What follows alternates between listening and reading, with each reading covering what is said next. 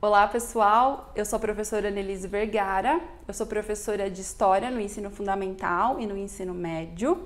Eu sou graduada em História pela Unesp Assis e tenho mestrado, defendi um mestrado também na mesma instituição em 2014. A minha dissertação intitulada Rubem Braga, Crônica e Censura no Estado Novo, 1938-1939. E eu também tenho um canal aqui no YouTube, o Profa Annelise, onde eu faço vídeos para o ensino médio, para o ensino fundamental, pré-vestibular. E agora eu também iniciei uma playlist nova para jovens professores de História, dando dicas para quem está começando a dar aulas, né, de História, de Ciências Humanas de forma geral. Bom, foi a partir da minha pesquisa de mestrado que eu fui convidada aqui pelo Historiars para falar de um assunto bastante polêmico e que nos últimos meses na internet muita gente comentou sobre, que é a questão aí do governo do Estado Novo ser ou não fascista, da figura de Getúlio Vargas ser ou não fascista, se podemos considerar esse período da história do Brasil como um período de uma política fascista. Então eu fui convidada aqui pelo Historiars para responder essa pergunta para vocês.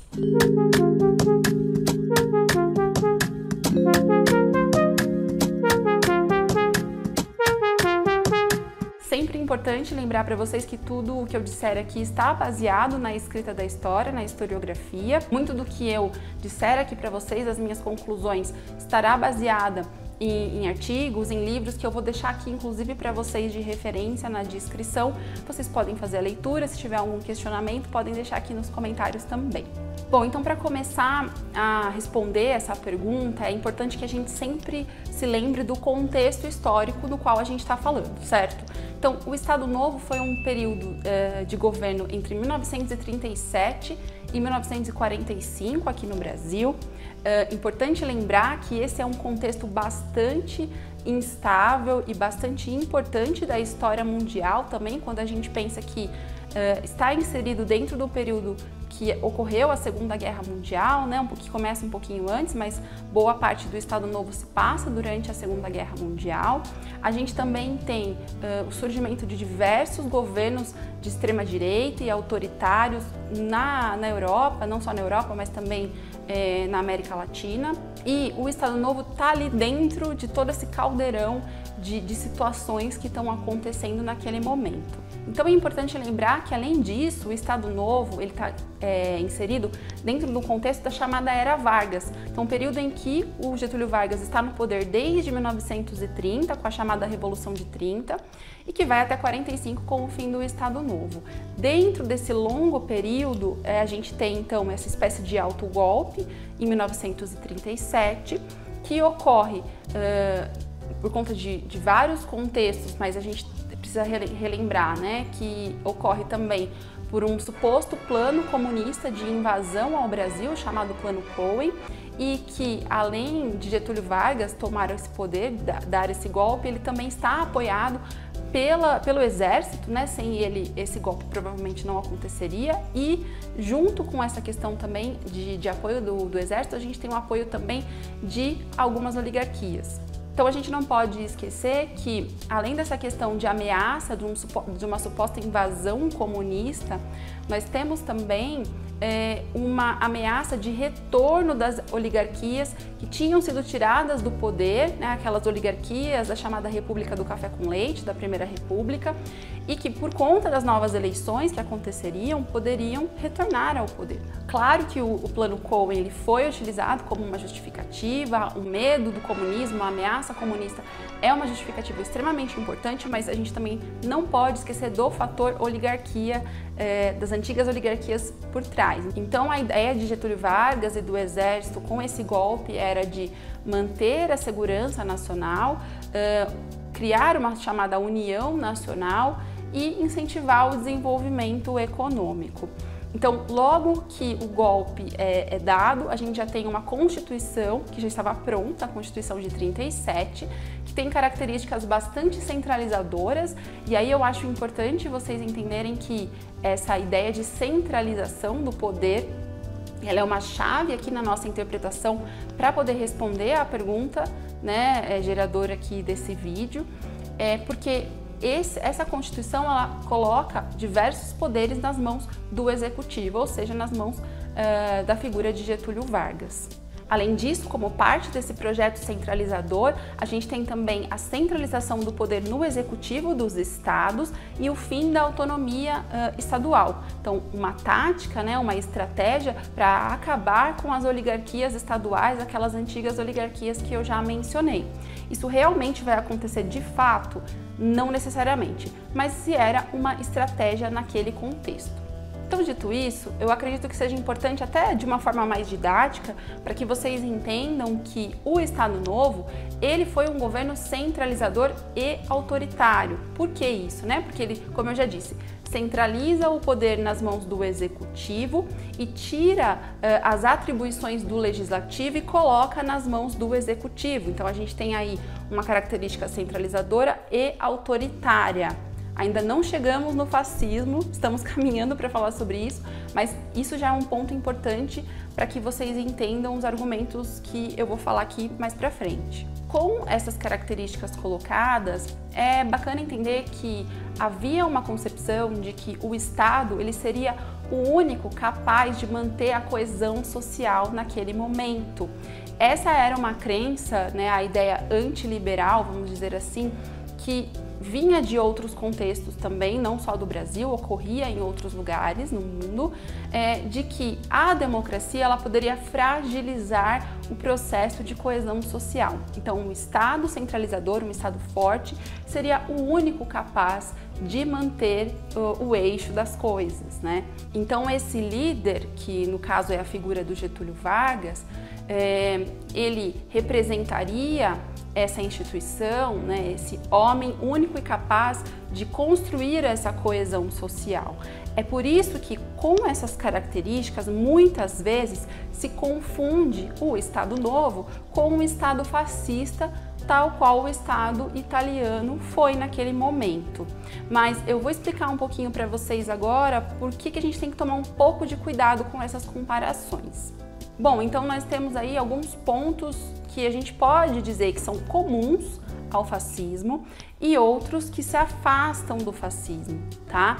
Esses pontos em comuns que eu vou citar aqui agora, que eu vou listar para vocês, não são suficientes para a gente dizer que o Estado Novo, que Getúlio era fascista, tal qual, assim como a Itália fascista e os governos fascistas que existiram. Eu já vou explicar melhor o porquê. Essas características que muitas vezes se confundem por serem muito parecidas com o fascismo, né, elas vão ser motivo para que se tenha esses argumentos de que, não, mas Getúlio é fascista, o Estado Novo seria fascista. Embora a gente tenha essas características em comum, também temos características particulares do caso do Brasil e que se afastam do fascismo italiano, por exemplo. Eu vou listar aqui para vocês essas características comuns, é importante que vocês se atentem e depois a gente vai entender um pouco melhor.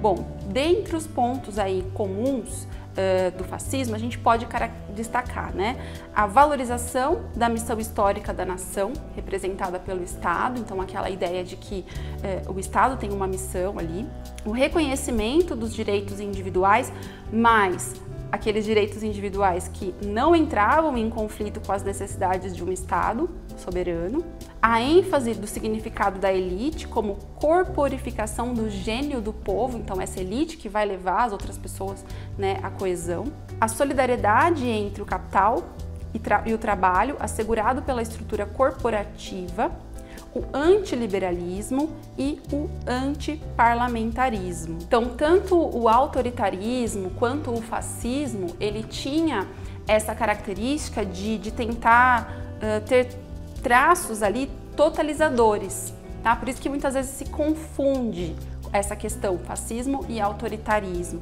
né? Então, assim, é importante lembrar que esse campo de ação totalizador, ele não estava só restrito à política, mas a outros assuntos também, assuntos culturais, assuntos sociais, enfim, por isso que ele tenta ser aí totalizador. Então, essas são as questões mais comuns, então, entre autoritarismo e o fascismo. Mas e agora, o que a gente tem de diferente, tá? Então, vamos pensar que lá na Itália, no caso italiano, a tomada de poder do fascismo, né, de Mussolini, ela foi feita com base num movimento político organizado, num partido. Esse partido, ele representaria o todo, ele representaria a nação. Esse partido levaria a nação a essa coesão social, né? Levaria essa nação a ser organizada daquela forma que se defendia pelo fascismo. Então, aqui no Brasil, em 1937, não foi esse o caso. Nós não tivemos um partido que se organizou em torno da tomada de poder, do golpe de 37. Nós não tivemos a massa organizada, né? A população organizada para essa tomada. Inclusive, a questão até mesmo das milícias, né, dessa organização foi muitas vezes reprimida pelo Getúlio Vargas. A gente lembra aí dos movimentos que aconteceram tanto de esquerda quanto de direita naquele contexto, que foram reprimidos. O que nós tivemos, de fato, foi um outro contexto, né? Então, a gente tem o contexto de Getúlio Vargas como um líder político que, junto com o exército, toma ali o poder em um outro contexto distinto. Então, embora nós tivéssemos algumas semelhanças do ponto de vista do autoritarismo, né, do ponto de vista no sentido de cerceamento das liberdades individuais, então nós temos a criação, por exemplo, do DIP, né, o Departamento de Imprensa e Propaganda, que censurava a imprensa, os meios de comunicação, que criava um discurso único a ser propagado a respeito de Getúlio e do governo, né? Embora nós tivéssemos algumas semelhanças nesse sentido, tanto do ponto de vista da doutrina, quanto do ponto de vista da nossa realidade histórica, não podemos afirmar que o Estado Novo foi um governo fascista restrito, assim como o contexto italiano, e nem que Getúlio Vargas foi uma figura que pode ser considerada fascista. Podemos pensar no caso de um governo, assim como já as historiadoras do CPDOC colocam, né, um governo autoritário e centralizador, mas não um governo fascista. Então é isso, eu espero que esse pequeno vídeo tenha ajudado vocês a pensarem um pouco mais sobre o contexto do Estado Novo e da questão toda aí do fascismo e dos autoritarismos. Se você gostou do vídeo, deixa aqui seu like, deixa um comentário, compartilha com quem você acha que vai gostar desse vídeo. Como eu disse para vocês, além de professora, eu tenho um canal aqui no YouTube também, né, o Profa Annelise. Vocês podem me seguir nas redes sociais, se inscrever lá no canal, que vai ser bem legal. E é isso, obrigada, Historiar-se, e até a próxima!